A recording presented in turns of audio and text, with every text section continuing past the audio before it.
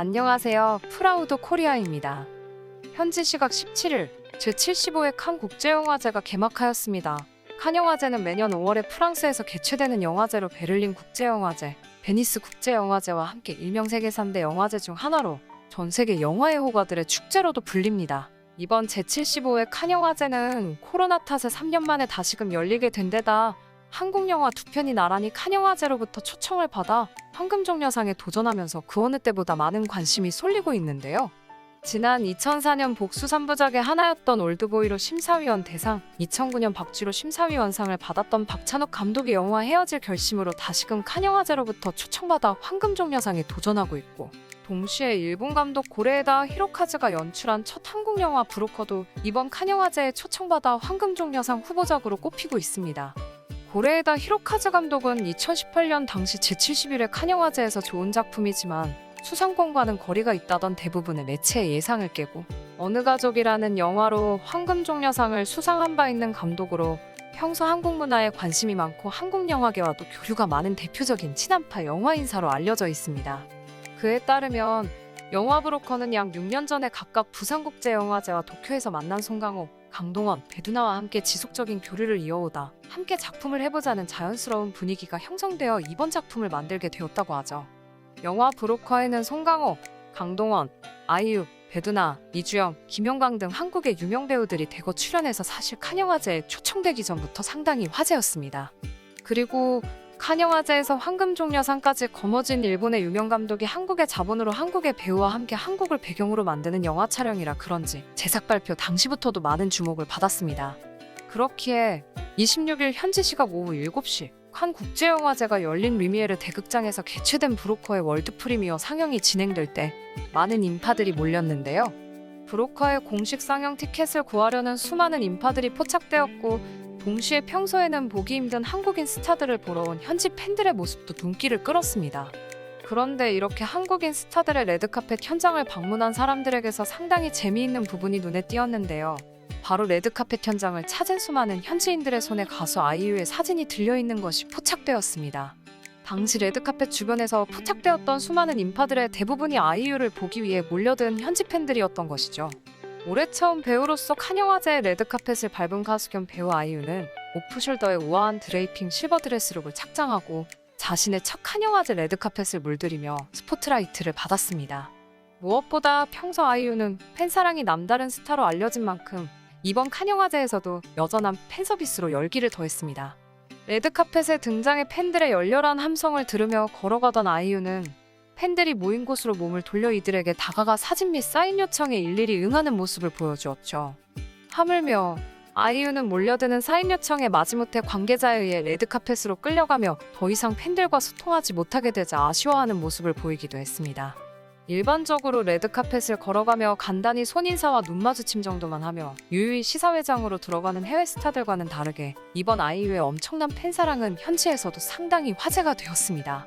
따라서 해외 언론에서는 아이유가 칸 영화제 현장을 그녀의 팬미팅으로 만들어버렸다라는 기사를 게재하기까지 했는데요. 해당 기사에서는 이지은이라는 이름으로 칸 영화제에 입성한 아이유이지만 수많은 프랑스 시청자들과 레드카펫을 찾은 현지인들은 아이유가 K-팝 스타라는 것을 알고 그녀를 보기 위해 찾아왔다고 말했습니다. 또한 현장에서는 그녀를 보기 위한 인파들로 열기가 엄청났었다고 보도했죠. 한편 이날 행사장에서는 좋은 일만 발생한 것은 아니었는데요. 수많은 배우들로 붐비는 행사장에서 한 외국인 여성이 아이유의 어깨를 강하게 치고 나가는 소위 어깨빵을 하는 모습이 포착되어 논란이 되었습니다. 해당 사건으로 아이유는 순간 휘청거릴 정도로 강하게 충격을 받고 놀란 모습을 보이며 머쓱한 미소를 지었지만 해당 금발의 여성은 전혀 개의치 않는 듯 사과 한마디 없이 지나쳐버렸는데요. 이는 당시 칸 영화제의 공식 홈페이지 영상에서도 고스란히 담기며 논란이 되었습니다. 따라서 수많은 국내외 아이유 팬들이 해당 금발 여성이 인종차별을 한 것이다, 동양인이라 무시한 것, 부딪혀놓고 사과도 안 하네와 같은 반응을 보이며 해당 여성의 인스타그램 계정을 찾아가 사과를 요구하는 댓글을 달았는데요. 해당 여성은 유명 배우나 해외 스타도 아닌 그저 프랑스 뷰티 인플루언서인 것으로 드러났고, 그녀는 결국 인스타그램 스토리를 통해 아이유의 인스타그램 계정을 태그한 뒤 오늘 레드카펫에 있었던 일은 정말 미안하다, 실수였다며 사과 영상을 게재하였습니다. 네티즌들은 이에 그녀가 사과한 이유를 팔로워 수 차이 때문이라고 추측하기도 했는데요.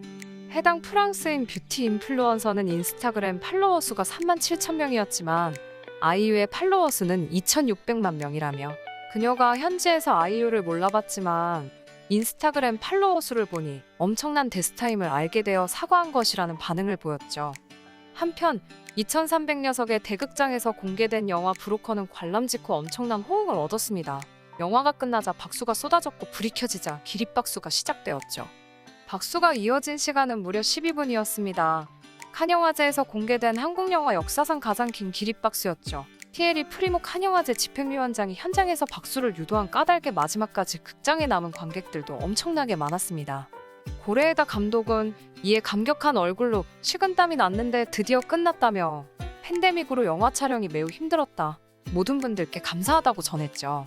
상영 직후 브로커에 대한 해외 평단의 반응은 대체로 호의적이었습니다. 그러나 12분의 기립박수와는 상반되는 외신들의 혹평도 나오고 있죠.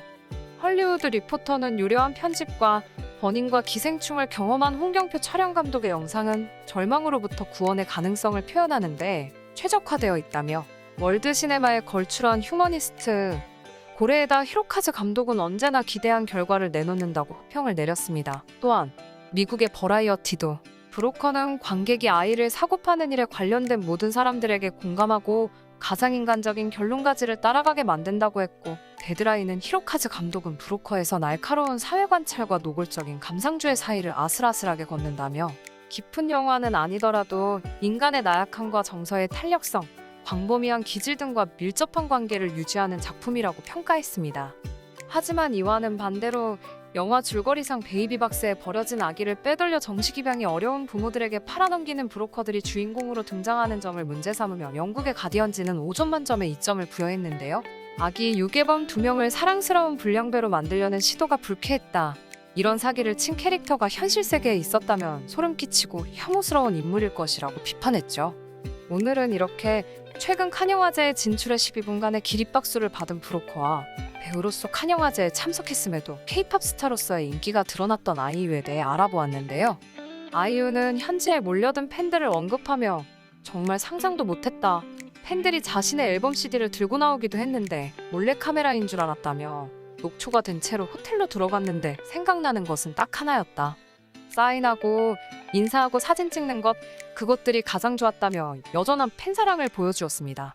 일각에서는 아이유의 여우주연상 후보 등극과 수상 가능성을 거론하는 분위기가 나오고 있다고도 하는데요. 아무쪼록 영화 브로커와 이에 출연한 배우들이 좋은 결과를 얻었으면 하는 바람입니다. 여러분은 어떠신가요? 시청해주셔서 감사합니다. 구독과 좋아요, 그리고 알람 설정 부탁드립니다.